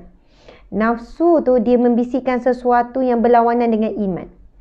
Jadi tuan-puan dan puan Allah sekalian, sebab itu pentingnya circle, kawan-kawan. Kalau saya pun ada circle yang WhatsApp dengan kawan-kawan yang kita rasa boleh buatkan kita jadi lebih baik. Kan dalam WhatsApp tu kita buat catatan zikir harian, istighfar 1000, nanti masing-masing kena update. Yang mana kawan-kawan kita ni yang kita boleh rasa kalau kita share dan kita update, selamat daripada riak, takabur, ujub. Tapi kalau ramai sampai 200 orang, 100 orang, susah nak jaga tu. Maksud saya betul-betul kawan baik yang mana boleh selamat hati kita daripada riak, takabur, ujub. Buatlah dalam 4 orang, 5 orang satu grup WhatsApp. Kita kata 10 amalan harian yang kita wajib buat di bulan Ramadan. Kalau dah buat tik nama dia kan. Adalah nama saya Asma. Contohnya hari ni dah juzuk yang sepatutnya habis, dah juzuk hari ni adalah juzuk yang ke-14. Lepas tu sedekah. Lepas tu zikir ini buat 100. Zikir ni 100, zikir ni 100, zikir ni 100, zikir ni 100. Kalau dah buat nanti kena update setiap pukul 6. Contoh. Ataupun update setiap pukul 9 malam tu 10 malam. Ialah tarawih. Lepas tu ada juga list solat-solat sunat. Dah buat, boleh tanda raih hijau. Dah buat. Mungkin janganlah update setiap kali buat, nanti banyak sangat. Update lah bila dah buat pukul 6 sekali. Adalah harinya tuan-puan sekalian, contohnya bila saya tak buat, kawan-kawan tu lah ingatkan, Asma, kenapa kau tak buat tu? Asma, istiqamah, semangat. Kenapa semalam, sebelum itu kalau contoh ada 30 checklist nak buat, kalau hari pertama 20 boleh capai, 30 penuh boleh buat, lepas tu dah kurang, dah tinggal 15 pula checklistnya. Kawan-kawan ingatkan, kenapa dah kurang checklist tu? Capai target kurang-kurangnya kena lulus kena 20. Kalau tak cemerlang 30, 20. Jangan kurang daripada 20 amal soleh harian tu. Jadi circle macam ni tuan-puan sekalian kita boleh buat supaya kita kuat, sebab kita tak mampu seorang-seorang, kena ada orang yang ingatkan kita. Masya Allah, mudah-mudahan. Okey, lagi tuan-puan sekalian. Itu bunyi guruh. Hujan ke kat luar? Apa rutin atau amalan yang terbaik bagi wanita yang uzur? Okey, tuan-puan dan puan-puan sekalian, semua ibadah bagi wanita yang uzur boleh buat kecuali 3 sahaja. Yang pertama solat, yang kedua baca Quran, yang ketiga puasa. Yang lain zikir, baca maksurat. Al-Quran ni yang tak boleh dibaca ada Al-Quran penuh. Maksudnya nak baca surah-surah besar, tapi nak baca ayat lazim boleh. 3 kul boleh. Ulang je lah 3 kul. Ulang wanita yang uzur. Ulang ayat kursi. Ulang Al-Fatihah. Ataupun kata boleh baca Al-Maksurat. Boleh baca maksurat. Bolehlah nak baca Al-Maksurat. Al-Maksurat tu ada ayat-ayat daripada Al-Quran. Contohnya Alif Lam Mim, kan? Pasu la yukallifullah, adlillahi ma fis samawati wa ma fil ard. Macam-macam. Semua tu adalah bacaan Al-Quran. Petikan ayat Quran yang ada dalil-dalil daripada hadis Nabi tentang fadilat dia. Maka dibenarkan baca dengan niat zikir. Tapi Ustazah, saya nak baca Yasin niat zikir, tak boleh. Itu surah yang besar. Al-Mulk niat zikir tak boleh. Jadi bagi wanita yang uzur, apakah amalan terbaik di bulan Ramadan yang sedang haid ataupun yang nifas, boleh baca semua tu. Boleh zikir apa pun, tak ada masalah. Subhanallah, la ilaha illallah, astaghfirullahalazim, la haula wala quwata illa billah. Semua boleh tuan-puan sekalian. 3 tu je yang tak boleh, kena jaga. Jadi perbanyakkanlah sedekah. Lepas tu bantu ataupun siapkan makanan berbuka. Kita tak dapat pahala puasa hari tu, dapat pahala puasa orang lain. Jadi itu antara yang perlu diberi perhatian lah. Walaupun kita tak puasa gitu, kita tetap dapat pahala puasa bila kita bagi orang lain berbuka puasa. Tetap macam mana dengan orang yang komen? Okay. Tetap dapat pahala puasa hari tu kalau kita taja orang lain berbuka puasa. Dan kami sahabat Amal Camp memang buat setiap hari berbuka puasa, Masya Allah. Okey, jadi tadi tu saya tengok bagaimana orang yang suka komen buruk-buruk. Tuan-tuan sekalian, ada hadis Nabi. Sesungguhnya Allah tidak mahu, Allah tidak memandang puasa, Allah tidak berkendakkan meninggalkan makan minum. Maksudnya, Allah tak pandang, Allah tak terima orang berpuasa tapi tidak meninggalkan perkataan keji. Perkataan keji ni tak semestinya melalui kata-kata. Tapi tulisan pun sama, tak ada beza kata-kata ataupun tulisan. Orang yang sumpah seranah, perkataan keji, hina, cakap buruk dan sebagainya di Facebook, subhanallah, di Facebook, di Instagram, di media sosial, itu samalah dengan cakap pada lidah, sama, tak ada beza. Jadi mungkin solat puasa dia sah tapi tak ada pahala puasa, tak diterima Allah. Jadi tolong jaga betul apa yang kita cakap, apa yang kita tulis. Subhanallah. Masya Allah. Okey. Yang ni, daripada Puan Amalina. Assalamualaikum Ustazah. Sekiranya seseorang itu ditakdirkan tidak dikurniakan sunat di dunia, maka dia tidak mempunyai doa anak yang soleh. Selain sedekah, apakah amalan lain yang boleh dilakukan yang berterusan pahala buatnya? Okey, tuan-puan dan puan Allah sekalian, bagi orang yang tak ada zuriat, sama ada nikah tapi tak ada anak ataupun dia memang tak nikah sampai mati, saya suka menasihatkan supaya jangan lepaskan peluang dapat doa anak yang soleh ni juga. Sebab tu saya sebut tadi, kalau tak ada anak kandung, ambil anak angkat. Anak angkat ni tak semestinya kita jaga di rumah. Contoh, kalau kita adalah nampak, kita tahu dalam taman kita ataupun dalam Korea kita ataupun adik-adik kita yang susah, Yang mana kita katakan kepada ibu ayah dia, anak-anak ni saya nak tanggung bab nafkah. Saya nak tanggung makan minum dia dan belajar. Saya nak bagi setiap bulan 300 contoh. Setiap bulan 500. Itu dah kira anak angkat yang sah di sisi Islam lah tu. Anak angkat yang mana insya-Allah doa dia tu tetap sampai kepada kita. Tetap sampai. Tuan-tuan dimati Allah sekalian. Walaupun bukan kita asuh, kita jaga, kita besarkan, kita lindung, kita peluk, kan kita tidurkan. Sebab mak ayah dia yang jaga. Cuma kita bagi belanja. Jadi anak angkat ni bukan semudah kita cakap, ni anak-anak angkat semua ni. Ustazah, kawan-kawan anak saya semua anak angkat saya. Ramai Ustazah, mana-mana kawan baik tu anak angkat semua. Saya kata, ya anak angkat dari segi adat. Tapi dari sudut betul Islam, anak angkat tu mestilah yang mana kita tanggung belanja dia. Yang mana kita bagi nafkah. Nafkah ni kan, makan minum, nafkah apa, pelajaran, pendidikan. Jadi kalaulah insya-Allah anak ni dia tahu kita yang tanggung, kita pun selalu jumpa, kan mungkin ibu dia pun cakap, yang tanggung kamu belajar ni tu, kan, yang bagi kamu sekian-sekian yang ni tu. Jadi tuan-puan dan mati Allah sekalian, kalaulah kita dapat buat begitu, ambil peluang tu. Kan? Subhanallah. Ataupun gilah JKM, kita kata nak ambil anak angkat 1-2 orang, tapi saya tak mampu jaga.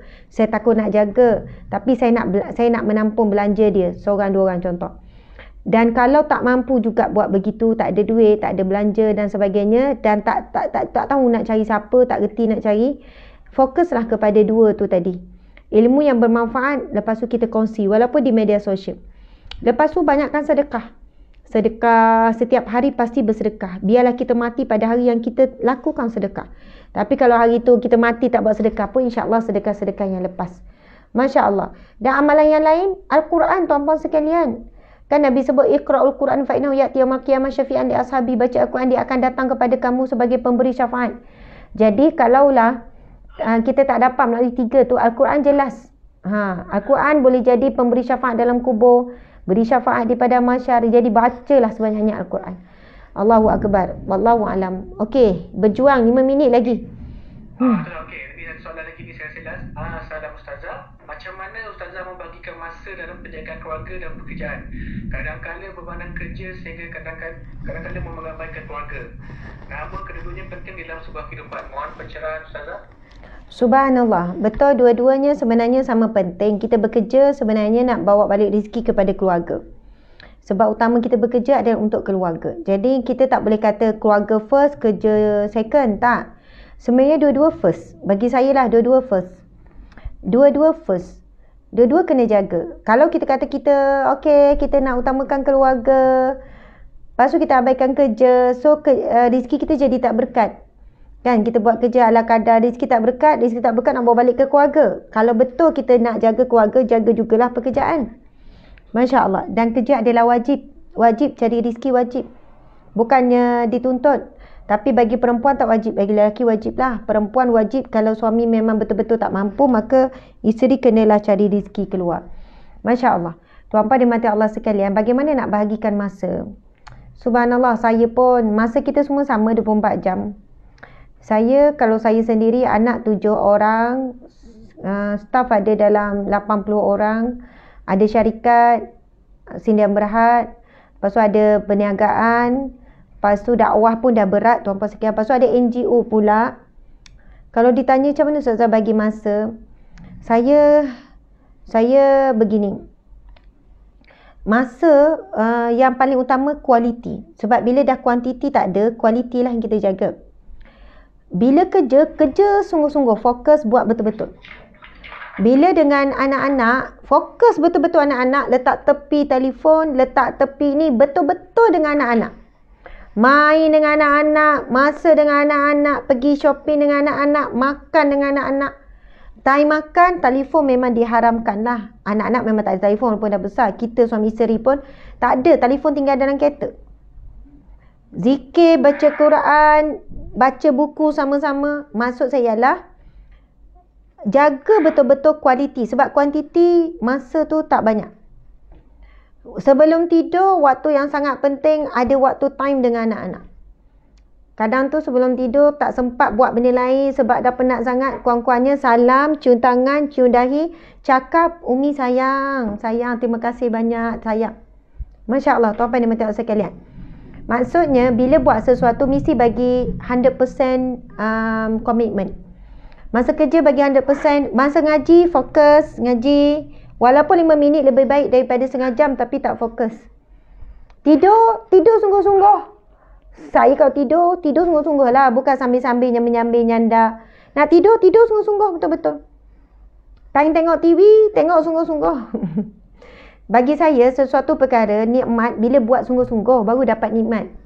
Makan sungguh-sungguh, jangan sambil-sambil tengok telefon. Sambil-sambil ni makan betul-betul menikmati makan. Pergi jalan sungguh-sungguh. Macam itulah tuan-puan sekalian. Saya nak kupas panjang. Masa kita dah habis dan saya pun dah tak larat, dah tak mampu. Kita pun dah zuhur. Buat sesuatu, jagalah kualiti, buat betul-betul. Bila anak bercerita, tuan-puan sekalian, bagi perhatian pada muka dia. Dengar. Okey. Bukan sambil-sambil. Janganlah. Hari ini kita sambil-sambilkan anak, esok anak-anak pula sambil-sambilkan kita. Kita dah tua esok, nak berborak dengan anak. Anak tu sambil tengok telefon, ya mak. Okey mak. Sambil-sambil. Masa tu kecil hati. Tapi ingatlah kita pun buat macam tu dengan anak kita. Anak kita kan, lama-lama dia dah tak nak bercerita dah dengan kita. Dulu balik sekolah mesti, Umi tadi kan, Umi tahu tak Umi? Lama-lama bila dah tengok kita asyik, okey. Dia tahu kita tak fokus. Lama-lama, dia terus tak nak bercerita dah pada kita. Lama-lama dia terus dah tak nak dalam fikiran dia sebab dia dah serik. Dia dah kecewa. Subhanallah, tuan-tuan dan puan-puan Allah sekalian, pandailah kita membahagikan diri kita, membahagikan fokus kita, memberikan perhatian. Dan jangan kecewa kalau kita tak dapat apa yang kita harapkan. Contoh, kita bagi perhatian dekat suami bila dia bercerita, tapi time kita bercerita dia tak bagi perhatian. Kita pun cakap, abang ni kan kalau awak bercerita saya ni fokus tau, awak pula tak ada nak fokus. Tegur boleh, tegur. Tapi kita kena terus kuat dan janganlah sebabkan perkara tersebut membuatkan kita ni berhenti. Kan? Contoh dengan anak-anak juga, dia duduk leka apa kan. Jadi teruslah menjadi orang yang baik. Jangan kita bertukar menjadi orang tak baik disebab orang yang tak baik keliling kita. Saya sudahi dengan pesanan, teruslah jadi orang yang baik dan jangan berubah menjadi orang yang tidak baik kerana orang yang tidak baik di keliling kita. Sebab orang yang baik tak pernah rugi. Sebagaimana hadis yang kita, firman Allah tadi tu, pada hari kiamatlah dibalas segala kebaikan. Segala ganjaran Allah balas di akhirat kelak. Tuan-tuan dan puan-puan sekalian, salam 14 Ramadan, separuh Ramadan. Mudah-mudahan kita buat Ramadan ini yang terbaik. Ramadan yang mana kita tak akan menyesal di akhirat kelak. Ramadan yang kita dapat jumpa Lailatul Qadar. Tuan-puan sekalian, doa orang yang di bulan Ramadan, doa yang tak disisikan, doa yang makbul, Allah takkan tolak. Mintalah. Antara doa yang afdal kita minta, Rabbana atina fid dunya hasanah. Ya Allah, berikanlah kepada kami daripada bahagian dunia ini kebaikan. Wa fil akhirati hasanah. Dan daripada bahagian akhirat juga kebaikan. Wa qina azabannar. Dan juga kami nak api neraka. Tuan-tuan sekalian, minta doa tu kerap dalam bulan Ramadan. InsyaAllah dengan itu Allah beri kita rezeki yang melimpah ruah. Allah berikan kita anak yang soleh-soleha. Allah berikan kita bahagia dengan pasangan kita. Allah beri kita sehat walafiat. Allah berikan kita segala yang kita harapkan di dunia ini. Dan Allah berikan kita syurga di akhirat kelak. Dan Allah selamatkan pada api neraka Allah. Itu adalah doa daripada firman Allah dan juga yang Nabi cintai. Nabi suka ulang-ulang baca doa tu. Sekian daripada saya. Mohon maaf salah dan silap. Wabillahi taufiq wal hidayah. Assalamualaikum warahmatullahi wabarakatuh.